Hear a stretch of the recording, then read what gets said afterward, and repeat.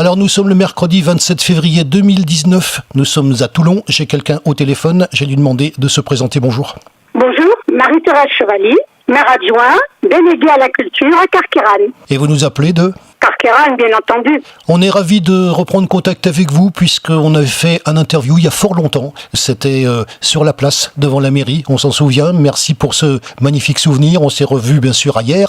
On a repris contact avec vous tout simplement parce que on a reçu du service communication de la mairie, que je remercie, un document, une affiche concernant donc une soirée qui va avoir lieu demain à Carqueiranne. Ça concerne Molière et ça concerne l'adjointe à la culture qu'on aimerait avoir quelques compléments sur cette soirée organisée demain. Ben écoutez, Molière, on le connaît, on le découvre en 6e en principe. Du moins, c'est ce que je faisais puisque j'étais prof de lettres. Ensuite, on continue à écouter ses pièces, à regarder. On garde toujours de Molière le comédien, celui qui a écrit des pièces pour faire rire. En réalité, Molière a une vie très remplie en dehors de ses pièces. Et c'est justement ce que nous présentons demain soir à la mairie avec Isabelle Thomas, qui est agrégée d'histoire et qui est chargée d'enseigner à la faculté de droit d'histoire du XXe siècle. Molière, comment a-t-il pu conserver l'estime du roi malgré sa satire féroce des mœurs de son époque, qui dénonça violemment les travers de ses contemporains en faisant rire? Dans toutes ses comédies, tout le monde était gratiné, que ce soit l'apothicaire ou le dévot.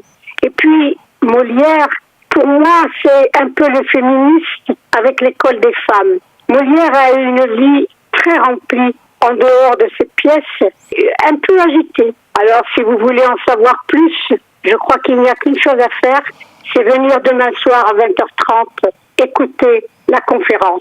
Molière célèbre, mais méconnu.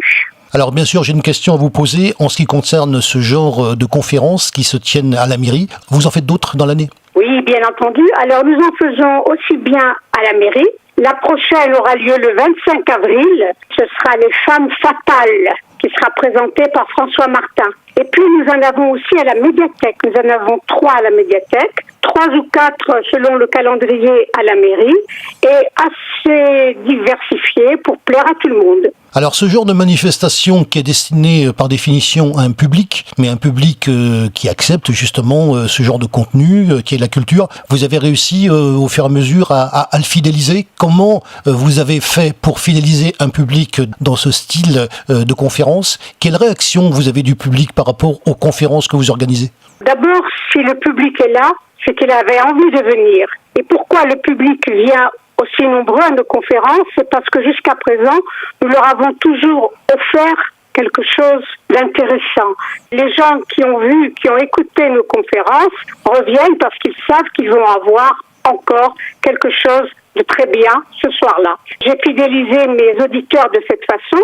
À chaque conférence, nous en avons de nouveaux qui viennent et qui reviennent. Comment vous informez les gens des conférences que vous faites? Nous, on a reçu l'information, je le dis, par le service communication, que je remercie d'ailleurs, ce qui me permet de vous contacter.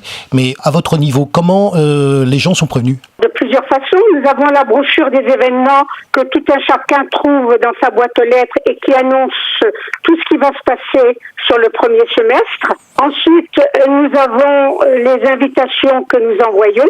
Il y a aussi Facebook. Nous avons aussi l'écran lumineux en ville, la presse. Je crois qu'avec ça, celui qui n'est pas au courant, c'est parce qu'il doit avoir des bouchons dans les oreilles et il ne porte pas de lunettes.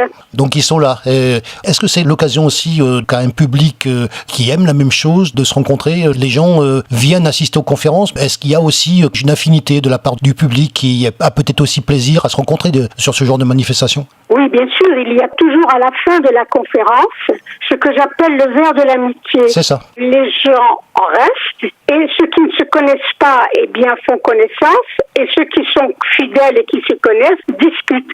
Et moi, au milieu, j'écoute ce que les uns et les autres disent et j'essaie ensuite d'en tenir compte. Alors, on a donc au téléphone, je le rappelle, l'adjointe déléguée à la culture de la mairie de Carqueiranne. On va vous poser la question, quelle est votre activité? Dans quel domaine vous exercez justement au niveau de la culture? Qu'est-ce que c'est la culture pour vous? Quels sont vos centres d'intérêt en matière de culture au niveau de la ville de Carqueiranne? La culture, c'est très large. Personnellement, ce que je fais, ce sont les expositions à la galerie, une tous les mois, avec bien entendu des thèmes divers pour essayer de faire découvrir nos artistes. Hier soir, nous en avions une très belle, un très beau vernissage avec Favela. Nous avons aussi les rencontres à la médiathèque. Il y a les rencontres avec les associations culturelles, les conférences, et puis bien entendu, le gros, c'est l'été avec la Bayarde et Clerval. Alors il y a quelque chose que je voulais vous dire, puisque la personne dont vous me parliez, je crois que c'est Favelia son nom, nous a envoyé l'affiche de sa manifestation. Elle a eu la gentillesse de nous l'envoyer en mail et en bonne qualité, donc on a décidé de la faire paraître. Je voulais quand même vous avertir, puisque vous en parlez justement dans cette interview. À part ça, au niveau de la ville de Carqueiranne, qu'est-ce que vous pouvez nous dire en matière de culture? J'essaie toujours de m'adapter à ce que les administrés demandent. J'essaie de diversifier tout ce que nous faisons et jusqu'à présent, ça plaît puisque nous avons un public fidèle et j'ose dire aussi nombreux. Alors on va faire la récapitulation, c'est donc grâce aux documents qu'on a reçus de votre service communication. C'est donc Molière, célèbre mais méconnu, c'est une conférence organisée à la mairie de Carqueiranne, ce sera demain, ce sera le jeudi 28 février 2019 à 20h30,